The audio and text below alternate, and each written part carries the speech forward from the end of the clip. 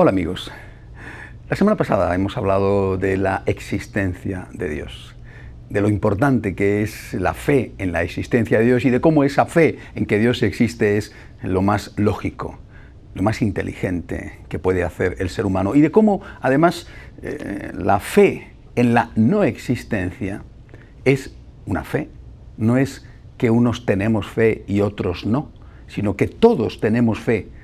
Les citaba a ustedes una frase del catecismo: el hombre es de forma ontológica, de forma esencial, alguien creyente. Todos tenemos fe. Unos creemos que Dios existe y otros creen que Dios no existe, pero ellos no tienen pruebas. Ellos no tienen pruebas de que Dios no exista. No es verdad que lo racional, lo inteligente sea creer que Dios no existe. No es verdad. Ellos tienen una gran fe en que Dios no existe y esta fe les deja solos. Esta fe les deja sin respuestas de cara a grandes, importantes interrogantes, como por ejemplo el de la vida después de la muerte. Nosotros creemos que Dios existe como han creído los hombres en la práctica totalidad de la historia, como han creído los que han generado la cultura. Ahora, esta fe en la existencia de Dios hay que ir empezando a llenarla ya de contenidos. ¿En qué Dios creemos? Es decir, los hombres, cuando han creído en Dios, ¿qué es lo primero que han dicho de ese Dios? Lo primero que han dicho, fíjense, todos los hombres, todas las culturas, es decir, todos los cultos, todas las religiones, muchísimo antes de que apareciera Jesucristo, la fe ya existía desde los orígenes del hombre. Pues bien, los hombres desde sus inicios han creído que Dios era el creador. Es la primera afirmación que hacemos sobre Dios. Primero que existe y después que este Dios que existe crea el mundo. Naturalmente que hay muchas formas de decirlo, es decir, hay muchos relatos de la creación, de Dios, de los dioses, bueno, pero cuando uno saca la esencia de todos ellos, siempre va a llegar a esta conclusión. Este Dios que existe, este Dios que originó la existencia, es el Dios que la crea. Este Dios que existe, crea. Existimos porque nos ha creado Dios. Nosotros, los católicos, tenemos naturalmente una base en común con el resto de los cristianos y en esto también, por ejemplo, con los judíos. Y es la de aceptar el relato de la creación que viene en la Biblia, que viene en el libro del Génesis. Y lo que vemos en ese relato, voy a referirme a él en diversos programas porque creo que es especialmente importante, esas primeras páginas de la Biblia. Pero lo que vemos en ese relato es que este Dios creador es un Dios que crea las cosas bien. Es decir, que no solamente crea, sino que no es un chapucero. Es un Dios que hace las cosas bien hechas. Y que, según cuenta el relato del Génesis, después de cada día de la creación, contempla lo creado y dice: esto era bueno. Es bueno lo que he hecho, dice Dios. Y que cuando llega a ese sexto día de la creación, en el cual crea al hombre, hablaremos en otro programa sobre la creación del hombre, Dios no dice esto es bueno, Dios dice esto es muy bueno. Es decir, este Dios que existe y que crea, hace las cosas bien. No hace chapuzas, hace las cosas bien hechas. Se complace en las obras que ha creado y de una forma especial se complace en el hombre. Ahora, este Dios que crea, ¿por qué crea? ¿Crea como un experimento? ¿Juega, se entretiene, se divierte, se aburre y por eso crea el mundo? No.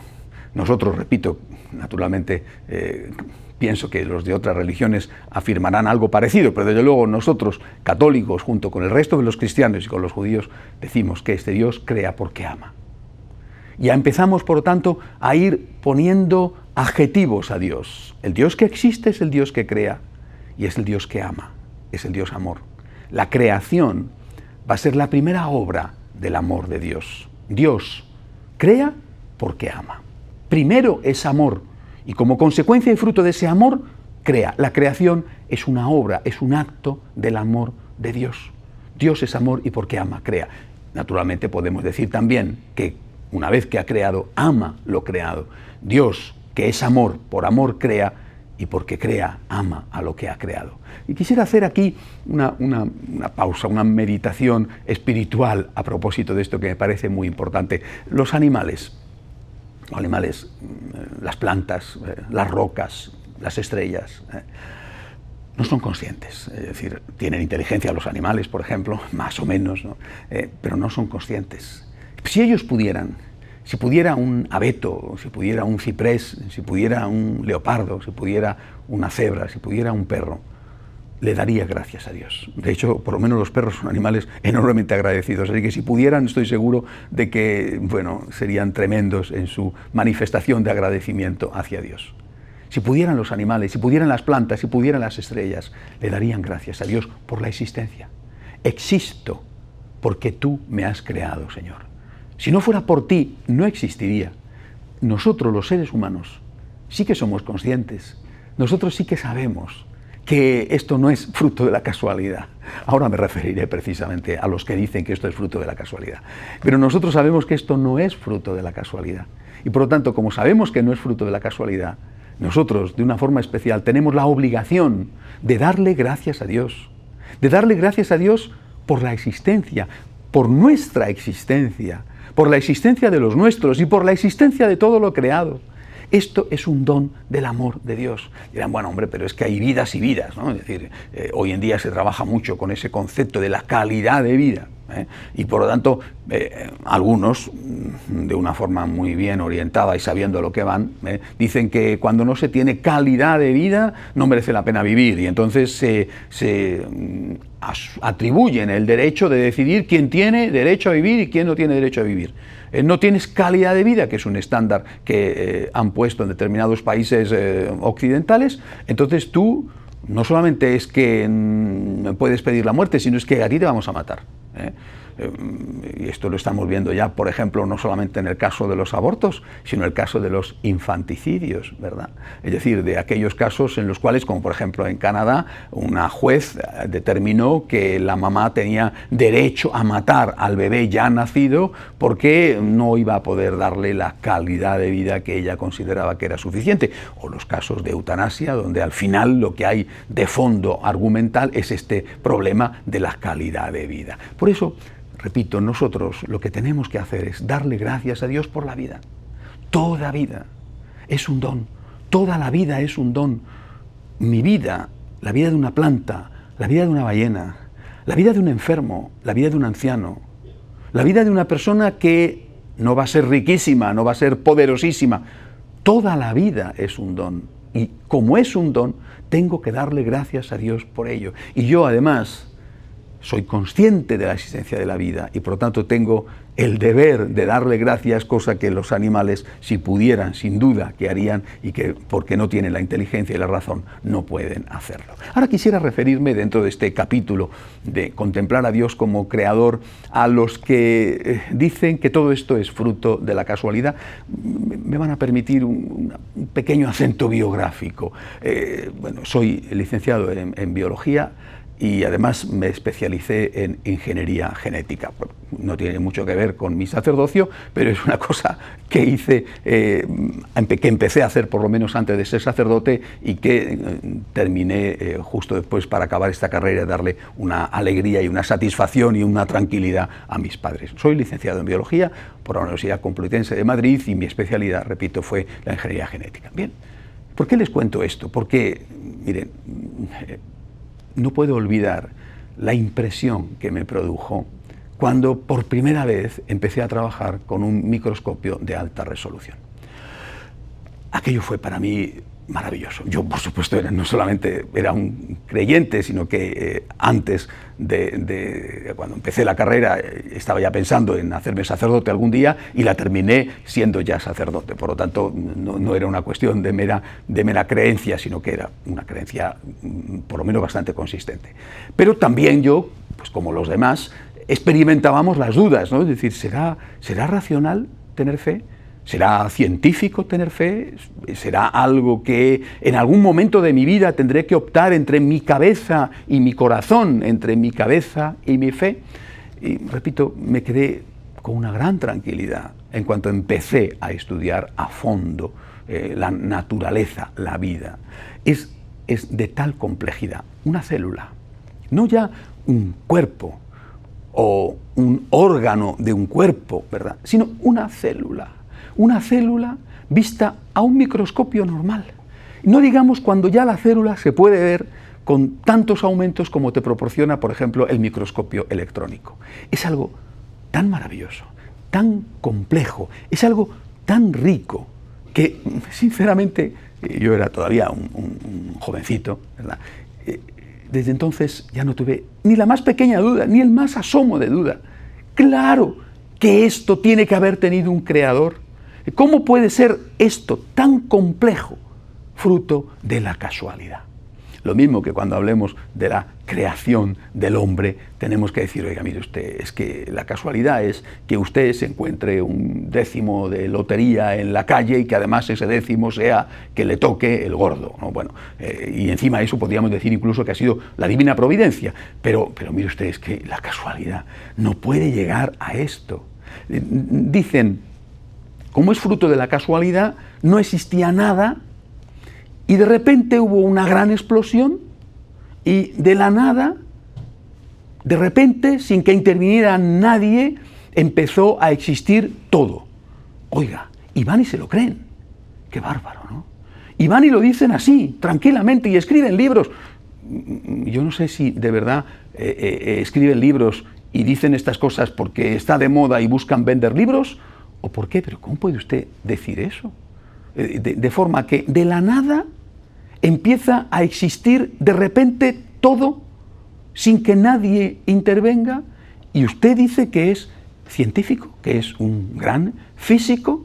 ¿Usted de verdad es capaz de decir que todo lo que existe ha empezado a existir como si nada, por la nada? No estoy hablando ahora de la teoría de la evolución de Darwin y de los post-darwinianos, no, estoy hablando de la teoría de la creación, por ejemplo, de Hawking, ¿no? Recuerdo perfectamente una entrevista que hice a un famoso científico, un famoso genetista español, José Ramón Lacadena, y yo le pregunté cómo es posible que los creyentes científicos o los científicos creyentes afronten el problema del dolor, el problema del sufrimiento. Y él me dijo, mire, los científicos somos seres humanos y los científicos estamos condicionados exactamente igual que cualquier otro por nuestra previa predisposición. Es decir, un científico no se va a enfrentar con la ciencia al margen de su situación personal. No va a hacer una investigación al margen o bien de unos intereses, por ejemplo, de las empresas o gobiernos que subvencionan la investigación, o bien al margen de su predeterminación. Tú estás ya condicionado, y me decía, y cuando tú estás condicionado, me decía este científico español, por ejemplo, por el sufrimiento, por la muerte de un hijo, te va a costar muchísimo más ver en los datos científicos que estás obteniendo, ver la mano de Dios. ¿Por qué? Porque tú en tu interior ya estás predispuesto, incluso no solo predispuesto, sino decidido a afirmar que Dios no existe. En cambio, si tú no estás en esa situación, te va a ser muchísimo más sencillo. Les cuento a ustedes esto porque, hombre, cuando uno ve que el gran científico ateo de nuestra época, que es Hawking, está en unas condiciones como las que está, pues uno se pregunta, por lo menos tenemos el derecho legítimo a hacernos la pregunta. ¿No es su situación personal lo que le está condicionando? ¿No es el dolor que padece y por el cual realmente hay que sentir, pues por lo menos, no sé si la palabra compasión le podría ofender, pero bueno, al menos habría que decir que hay que sentir un gran respeto? ¿No es eso, ese condicionante previo que le lleva a sacar unas conclusiones que no son científicas, que son acientíficas, o incluso se podría decir que son anticientíficas? De verdad, ¿se puede decir que todo es fruto de la casualidad? ¿Se puede decir que no existía nada, la nada? En el universo no había nada y que de repente una misteriosa gran explosión, ¿y cómo va a haber una gran explosión de la nada? De repente empezó a existir todo. Pero qué barbaridad, ¿eh? Pero qué ganas de tener fe en cosas raras. Porque lo mismo que les decía a ustedes la semana pasada, que el no creyente es un creyente en la no existencia de Dios. El que cree que todo es fruto de la casualidad es eso, un creyente.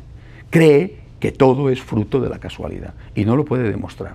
Es mucho más lógico, es mucho más intuitivo y es lo que ha hecho el hombre desde sus orígenes y es lo que siguen haciendo los hombres, la práctica totalidad de los hombres hoy en día. Esto no puede ser fruto del azar, de la casualidad, de la nada. Tiene que haber alguien. Tiene que haber alguien a quien llamamos Dios. Tiene que haber alguien que en un momento dado existía desde antes y que ha empezado por Él, gracias a Él, por su voluntad, a existir todo esto que llamamos mundo, que llamamos vida, que llamamos universo, todo esto que es lo que consideramos la creación. Repito, así lo han entendido todos los seres humanos, siempre. Hasta nuestros días en que ha aparecido como un fenómeno en muchos aspectos agresivo, este fenómeno del ateísmo. Yo quiero preguntarme el por qué. ¿Por qué? Es decir, ¿por qué si esto no ha estado nunca cuestionado? ¿Por qué la existencia del Dios creador está siendo cuestionada tanto hoy en día? ¿Qué se busca con eso? Porque al final yo creo que hay que utilizar aquel aforismo, aquella máxima latina, qui prodest. ¿A quién aprovecha? ¿A quién beneficia la creencia en la casualidad? ¿A quién aprovecha y a quién beneficia? ¿O a quién perjudica la creencia en el Dios creador? No me cabe duda de que hoy hay un proyecto de humanidad diferente. Y tengo la impresión, lo digo sin deseo desde luego de ofender a nadie, que es un proyecto detrás del cual está el demonio, que sabe perfectamente que Dios existe. Es decir, es un proyecto, aunque las personas que lo estén llevando adelante no sean conscientes, ¿verdad? Es un proyecto que busca desarraigar al hombre de su relación con Dios. Porque sabe perfectamente que cortándole al hombre ese vínculo, deja al hombre a la intemperie, le deja frágil, le deja a merced de los nuevos dioses, le deja a merced sobre todo de los poderosos y de los políticos, de determinados políticos. Deja al hombre sin unas raíces que le permitan enfrentarse con los que mandan y decir, por aquí no paso. Tengo unos principios y no voy a claudicar en esos principios. Yo creo que esto es lo que hay detrás de todo este proceso. Y a mí me parece que nosotros tenemos que ser conscientes de lo que se juega. Y tenemos que ser conscientes de a dónde quieren conducirnos, de a dónde están conduciendo a la humanidad. Y de cómo este intento machacón, este intento reiterado, este intento avalado supuestamente por los grandes sabios de nuestra época, este intento tiene un objetivo. No el de favorecer la felicidad del hombre, aumentar el bienestar del hombre, sino todo lo contrario, privándole al hombre de su relación con Dios, hacer al hombre más frágil, más manipulable, más capaz de ser llevado a donde los que quieren mandar, los que mandan en el mundo, les interesa. Por eso creo que es importante, junto con el concepto de Dios creador, entrar en otro concepto. El concepto de el Dios todopoderoso. Este Dios que crea porque es el todopoderoso. La creación está ligada al concepto del poder de Dios. ¿Y qué importancia tiene este concepto del poder de Dios? Bueno, dice que esto es desde luego un asunto de largo alcance. Lo dice así el Catecismo, en el número 268, tiene creer en el poder de Dios un gran alcance para nuestra vida. El Antiguo Testamento está lleno de citas que habla y que llaman a este Dios el Todopoderoso. Voy a recordarles simplemente algunas, pero por ejemplo el libro de la sabiduría, cuando dice, el actuar con inmenso poder siempre está en tu mano. ¿Quién puede resistir la firmeza de tu brazo? Y en el libro de Job dice, sé que eres todopoderoso, lo que piensas lo puedes realizar. Pero ¿por qué es importante creer no solamente en el Creador, sino que este Creador es el Todopoderoso? ¿Por qué es importante? Voy a leerles la cita de un escritor español contemporáneo, Jiménez Lozano. Dice, el estricto monoteísmo de la revelación judeocristiana quiere decir, ante todo, que solo de Dios podemos esperar ser salvados, no por el hombre y sus revoluciones, no por la conjunción y benevolencia de los astros, ni por las promesas de la naturaleza y sus dioses, o por sus ritos y sus misterios.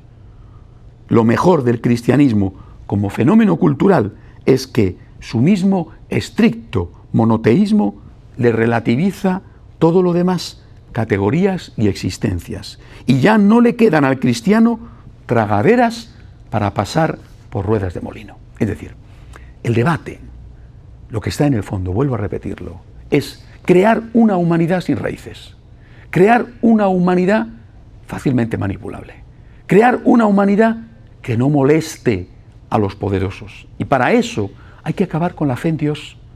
Y hay que acabar con la fe en la existencia de Dios, en que Dios es el origen de lo que existe, es decir, es el creador, y en que Dios es el todopoderoso. Porque cuando el hombre no cree en este Dios creador todopoderoso, siempre va a creer en alguien o en algo.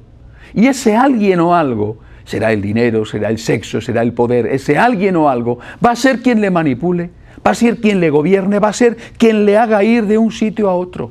Este hombre no creyente, por lo menos en su inmensa mayoría, es fácilmente dirigible hacia un lado o hacia otro. Lo estamos viendo, por ejemplo, con el uso que hacen los medios de comunicación.